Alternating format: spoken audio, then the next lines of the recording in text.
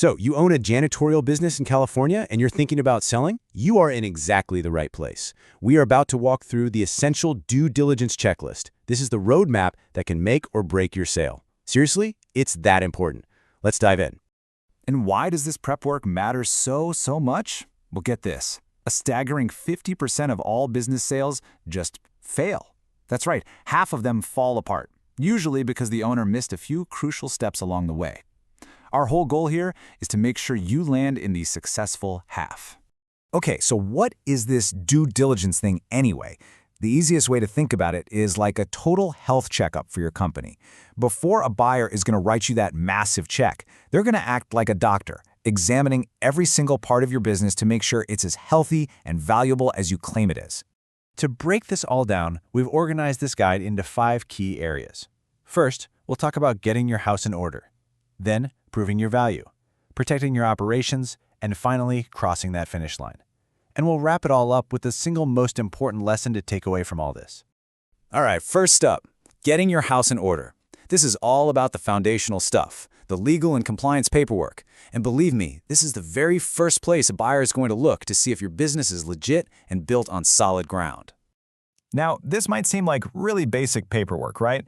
But this is exactly where so many sellers stumble right out of the gate. Getting your licenses, your permits, and your incorporation documents together isn't just about checking a box. It's your very first chance to prove to a buyer that you're organized, professional, and have absolutely nothing to hide. And here is a perfect example of where a tiny little oversight can turn into a huge problem. Buyers are going to zero in on these common compliance issues. Things like improper waste storage or maybe some incomplete paperwork. To you, it might just seem like a minor detail, but to a buyer, that's a huge red flag that could signal bigger hidden problems and, you guessed it, potential fines down the road. And those fines can be seriously steep.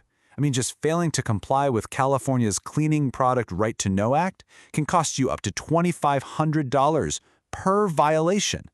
Getting ahead of this stuff now is going to save you from some very expensive and awkward discoveries later on. So, once you've shown that your legal foundation is rock solid, it's time for part 2, proving your business's value.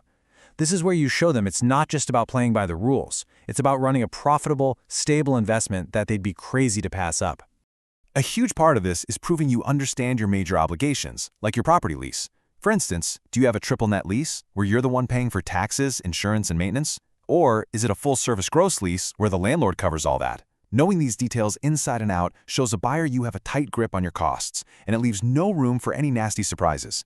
And of course, taxes are another massive checkpoint. In California, the penalties for slipping up are severe. We're talking up to $10,000 for just forgetting to register annually, or fines that can go as high as $25,000 for hiring an unregistered service. A buyer's going to go through your tax records with a fine-tooth comb, so having them perfect is absolutely non-negotiable. So, you might be wondering, is there a magic number that just screams valuable business? When it comes to customer retention, you bet there is, 85%. If you can prove you keep at least 85% of your clients year after year, you're not just showing loyalty, you're showing a buyer stable, predictable, recurring revenue. And that, my friends, is the absolute gold standard for a service business. It's incredibly valuable. Okay, on to part 3, protecting your operations. A business isn't just numbers on a spreadsheet. It's about your people and your processes. This is how you prove your operation is a well-oiled, low-risk machine. California has some very specific laws about what happens to your employees when you sell. The new owner is actually legally required to keep your eligible employees for a set amount of time. Showing a buyer that you understand this and have prepared for it proves you're a responsible employer, and more importantly, that you aren't about to leave them with a legal mess. And here we have one of the brightest red lines in all of California business law, workers' compensation. If you have even one employee, it is mandatory. Period. A buyer will check this immediately. Lacking this insurance isn't just a problem, it's an instant deal breaker. Beyond that, having a full suite of insurance policies, we're talking general liability, janitorial bonds, the whole shebang, it basically creates this protective shield around the business. Every policy you have is one less risk the new owner has to worry about, and that makes your business a much safer and way more attractive purchase. This brings us to part 4, crossing the finish line. You have done all the prep work, you've gotten your house in order, and now you are in the final phase of the whole deal. The final negotiation, it isn't just about the price tag. That's actually just one piece of the puzzle. You're also going to be hashing out payment terms, which assets are included, which contracts get transferred, and the official handover date. Having your answers ready for all of these before you sit down at the table, that gives you a much stronger negotiating position. And once you've reached an agreement, a closing checklist is your absolute best friend. It makes sure the handover is smooth and complete and that nothing, I mean nothing, gets missed. From signing the final papers and transferring licenses to letting your clients know and handing over all the records. Okay, let's wrap this up. Let's distill everything we've talked about down to the single most important takeaway for any owner who's thinking about selling. So what's the crucial lesson here? Well, the source material tells this story about a seller who, when a buyer just asked for some basic financials, had to admit his company was in debt to the IRS. That right there is the ultimate cautionary tale.